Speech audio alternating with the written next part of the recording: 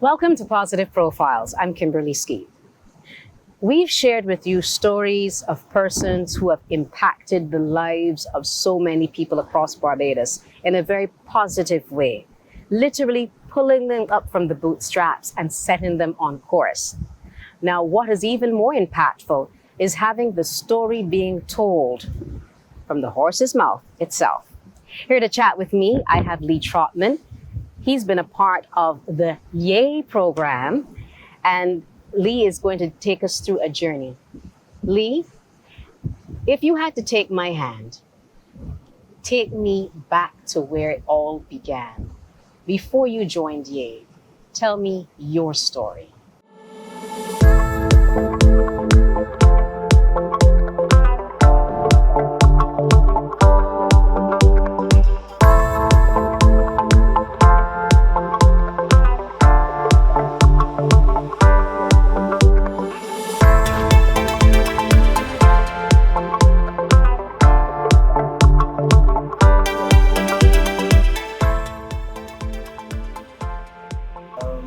I would start by saying I came from a humble background. My father, he was very ill with arthritis from a young age, like 30, 36, 37. So growing up with him, when I left school at 16, my first job was like at a gas station, the one that was up by the airport. Mm-hmm. And that was my first start. I moved on from there and I went to different little jobs, different companies, such as like working in supermarkets. I worked at G4S, and then I moved on into film because I decided that I needed to find something that I could really cling to, something that I could really like use my creative talents for, because I think of myself as a very creative person. So I signed up at the Ministry of Youth, Culture and Sports. They were offering a digital media program, a certificate. So I did that. After completing that, I went on and I moved to do a 6-month motion picture art certificate at the University of West Indies, EBCCI, Bar Center for Creative Imagination. And I launched my first entrepreneurial. I launched my first business with a business partner. It was called Zoning Productions. So this was my start in terms of my first entrepreneurial adventure. But even before that, you had a thirst, because you mentioned earlier that you started off, you came from humble beginnings. Your father was often pretty ill with chronic arthritis from early on. Did that put you out in the workforce a lot earlier in life than most young people? I grew up on welfare. Obviously, with my dad's situation, I knew from a young age, like seeing this situation, living in this situation, it was not comfortable for me, and I just wanted to do something about it. Now, I've heard you share with us how you moved from one job to the next and basically trying at the same time to develop yourself. Yeah. Now, you seem to be what we would call a very self-determined young man. Where do you think you get that from? I think I got it from my father. Just growing up, watching him do things. He would be in a lot of pain. He would use the walker, use the cane just to do a little bit of gardening around the house or fix something. So I really took this, and I think I tried to apply his determination and his advice. He would always give me advice, and I tried to just put this into my own life. Let's just fast forward just a bit from there to how you met Marsha and Clark. So I met Marsha. This is an interesting thing because in my first or second week of university, because I went to university to study international relations and French, up with a French minor. And in my second week, I think it was, there was a guy speaking. I think maybe it would have been a graduation ceremony underneath the tent at UWI. There was a gentleman speaking about volunteering and how important it is that young people volunteer. And I stood there and I listened to him for a few minutes. And then the next day, I went to the student services office and I asked them about volunteering. And the lady provided me with a list of different organizations and businesses that I could probably choose from. And I saw, yeah, like Youth Equipped to Achieve. I told myself it sounds interesting. So I gave Marsha a call. I told her I was interested in volunteering. She told me the program was just about to launch, and she was very excited for my call. And then a week later, we met up, and yeah, I did my first day of volunteering with you. So it sounds to me as if self-determination and being self-driven based upon not only your humble upbringing, but also seeing the challenges your father went through. It seems that that is what helped to propel you to desire to achieve. Having said that, how has Ye impacted on your life? Where do you think you would have been but for Ye? Okay, so um, I think yeah, from not only like helped me in terms of like shaping my career because I leaned on Marsha a lot in terms of like a lot of like, career advice and going out with them on the different like volunteer activities, engaging with young people in terms of like the entrepreneurship classes, but also too with like DBAG, which is very important.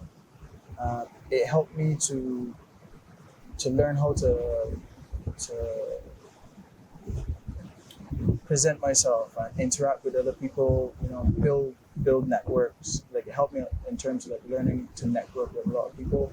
And I think like without um, this would be a skill that I still am developing it, but this would be a skill that I would probably be lacking in. So I'm very grateful for it.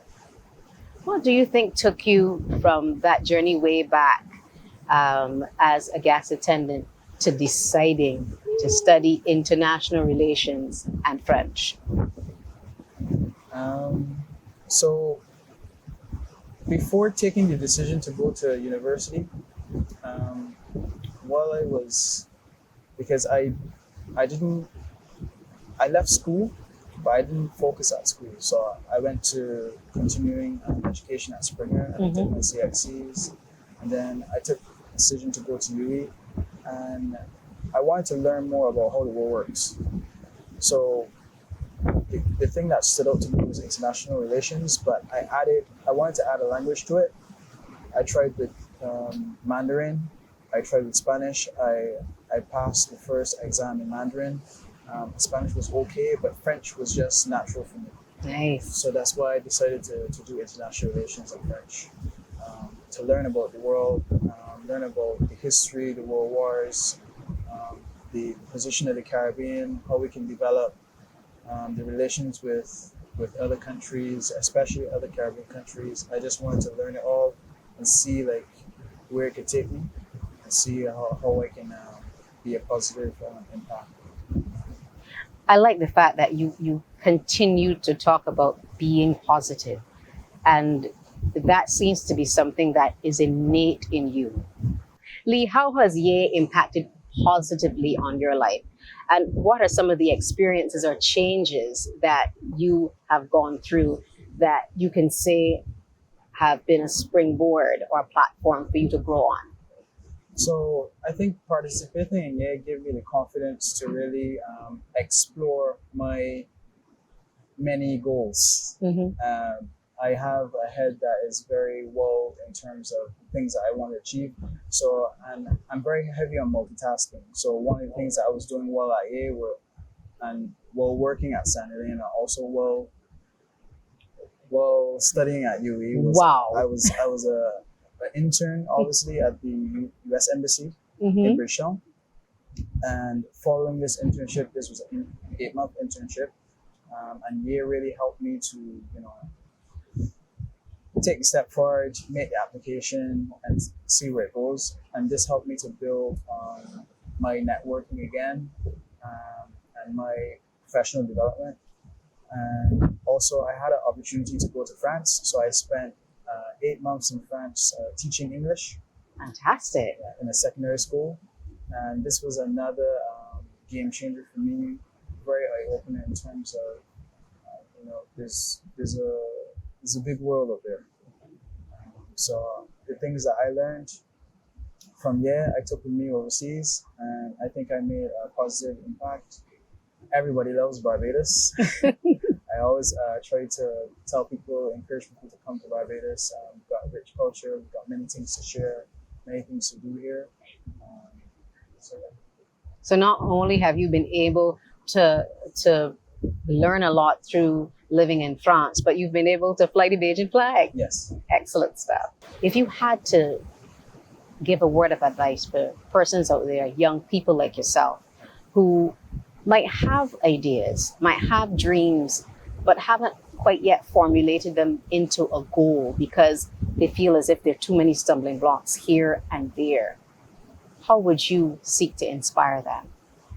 So there's no direct path towards your goals. That's the first advice I would give. I would say if you have a goal, just write it down and map a path towards it. And if your path diverts for any reason, don't panic. I like that. Don't panic. Don't panic. No, don't panic. All right. You can come back on track, or maybe the diversion is something that you need. Because a lot of times I find, like, speaking personally for myself, like I have goals, but I'm probably not ready yet in terms of like the level that I need to be at to hold that goal in my hand, to achieve that goal. So I need to do something else. So I need to learn something else. I need to go through something else. So these little diversions or these little distractions, they're all part of the journey towards your goal. So I would say to young people, don't give up, and just take it step by step, and lean on older folks for advice. Like, find a good mentor.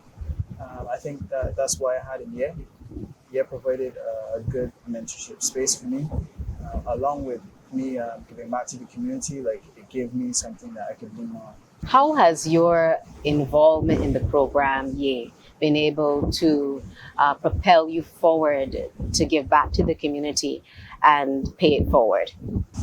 My time with has taught me that, like, volunteering and community service are very important. It doesn't matter like how high you are in terms of status in life or how low you are. Like, everything is about giving back and make sure that the people around you just come up with you.